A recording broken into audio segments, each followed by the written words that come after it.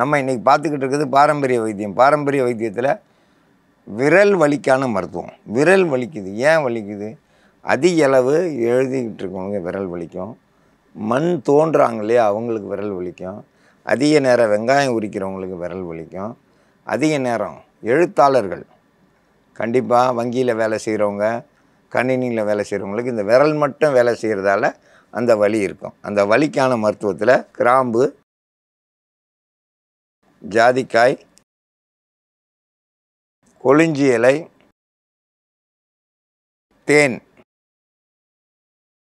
இதெல்லாம் கூட்டு கலவையாக சேர்ந்து இப்போ நம்ம மருந்தாக தயாரிக்க போகிறோம்.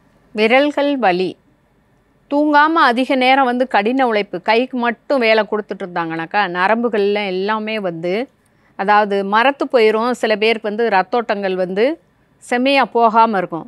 இப்படி குத்த வச்சு உட்காருறது, நீட்டி உட்காருறது, அரை மணி நேரத்துக்கு ஒரு முறை வந்து எந்திரிச்சு கை காலுக்கு வந்து ப்ராக்டிஸ் அந்த மாதிரி நீட்டி மடக்கி இப்படி சுற்றி அந்த மாதிரிலாம் பண்ணுனாங்கனாக்கா அந்த வலின்றதே வராது. வேலையிலேயே கவனம் செலுத்திட்டு அப்படியே நம்ம வச்சுட்டேவும் அந்த கணினியில் வேலை பார்க்குறவங்க, எழுதுகிறவங்க, அதிக நேரம் 8 மணி நேரம் 12 மணி நேரம்லாம் ஒர்க் பண்ணுறவங்க, இரவு பகலாக ஒர்க் பண்ணுறவங்களுக்கு அந்த விரல்கள் எல்லாமே வலியாக இருக்கும்.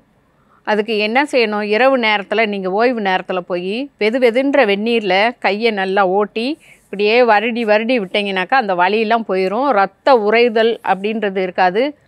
அந்த ரத்தோட்டங்கள் போகாமல் இருந்தாலும் என்ன செய்யும், அந்த வெந்நீரில் வச்சு நீங்கள் வருடி விடுறப்போ உங்களுக்கு அந்த மரத்து போயிருக்கிறது, நரம்புகள் வந்து சுருண்டு இருக்கிறது. ஏன்னா அதிகமாக வந்து கணினியில் வேலை பார்க்குறவங்க, ஆஃபீஸ் ஒர்க்கர்கள்லாம் பார்த்தாக்கா அந்த ஐஸ்லேயே அதாவது ஏசி ரூமில் அதிக நேரம் ஒர்க் பண்ணுறப்ப நம்ம உடம்புக்கு தேவையான வெப்பம் இல்லாமல் போகிறப்ப ரத்தோட்டங்கள் வந்து தடைபடுறதுக்கு அதிக வாய்ப்புகள் இருக்குது. அதனால தான் நரம்பு வலி வரும்.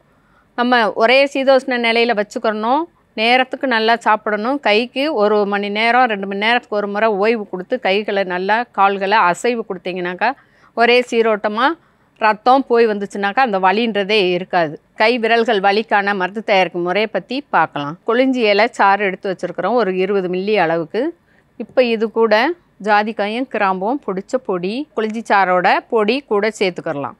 நரம்பு வலி, எரிச்சல், ஒரு சிலருக்கு அந்த விரலில் வந்து நரம்பெல்லாம் தடிச்சு போய் வீங்கி போயிருக்கும், எரிச்சல்லாம் இருக்கும்.